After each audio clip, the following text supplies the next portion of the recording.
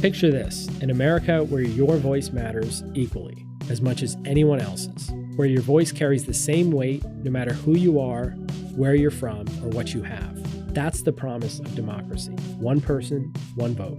Sounds simple, right? But it's revolutionary. And right now, that promise is in danger. It started in earnest in 2020, when falsehoods spread about our elections became part of a calculated effort to undermine our collective voice.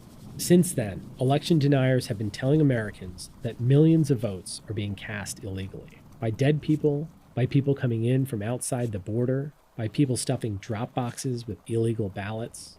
Election deniers brought these claims to court and lost in over 60 cases before judges of both parties. Yet the lies persist and have exploded into violence. We saw this play out in the events of January 6th when people who believed in the lies tried to disrupt the peaceful transfer of power.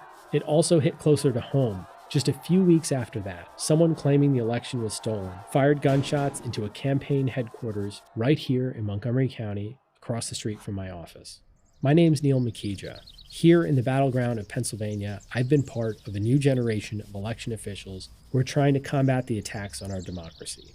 I was born the son of immigrants and grew up in a small coal and steel town. I saw firsthand that while my family was different, we held shared values of hard work and opportunity in common with all of our neighbors. I also saw how easily our communities could be divided over differences.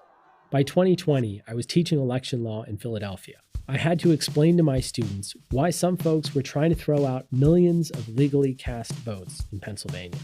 I knew I couldn't just teach about this stuff anymore. I had to do something. So I ran for office, and in 2023, I won. Now, as a Montgomery County Commissioner, I oversee the elections for 865,000 people. I became the first Asian American to hold this position in all of Pennsylvania's history. My fellow commissioner, Jamila Winder, is the first Black woman. We are living proof of what democracy can look like. When I took office as chair of the Board of Elections, I found that the lies about our elections have become worse than ever. Every public meeting is now full of conspiracy theories. But here's what I've learned. Our elections are secure. You are more likely to get struck by lightning than to find voter fraud. Here's why. We have layers of protection to ensure that no one can vote more than once. And starting when a person registers to vote, we make sure that they're eligible citizens over 18 by Election Day. Whether you vote in person or by mail, there are full paper trails every step of the way. Mail-in ballot envelopes are stamped with unique barcodes. They can be safely returned through secure drop boxes, which are monitored 24/7. Our county voter services and sheriffs manage highly secure daily pickups of the ballots. And every single ballot is scanned and kept safe and secure.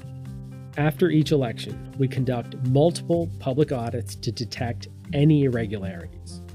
If we do detect an issue, or if it's just a very close election, the law requires a full recount. Pulling off widespread voter fraud with 10,000 different locally run elections across the country would be like trying to rob every bank in America at the same time. It's just not happening.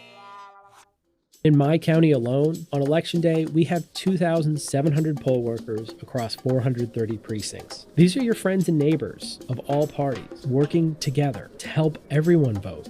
Witnessing the incredible care that goes into ensuring everyone has a chance to vote, most county officials will appropriately certify an election.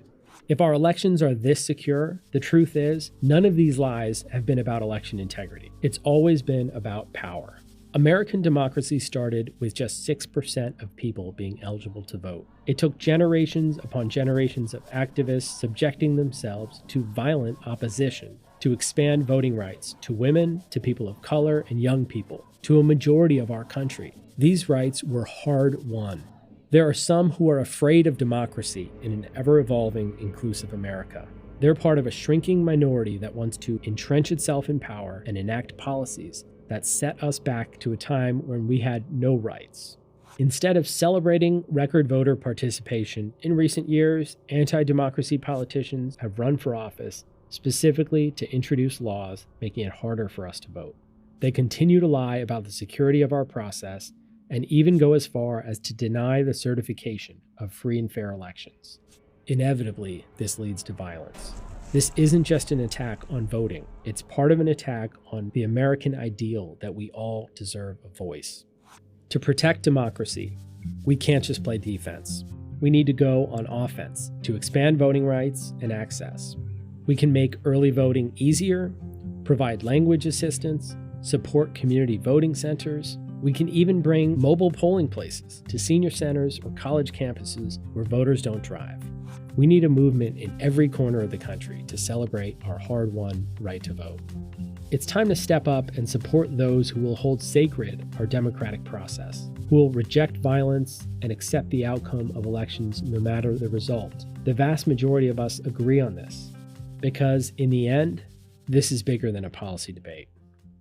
America is on the cusp of something unprecedented, a truly multiracial, inclusive democracy, where we respect our differences and our rights, where our highest courts and halls of power truly seek to represent the best interests of everyone. That's never existed before, not here, not anywhere. That America is within our grasp at this moment, but it could slip away. This is the dream we've been chasing since 1776. It's now up to us to make it real.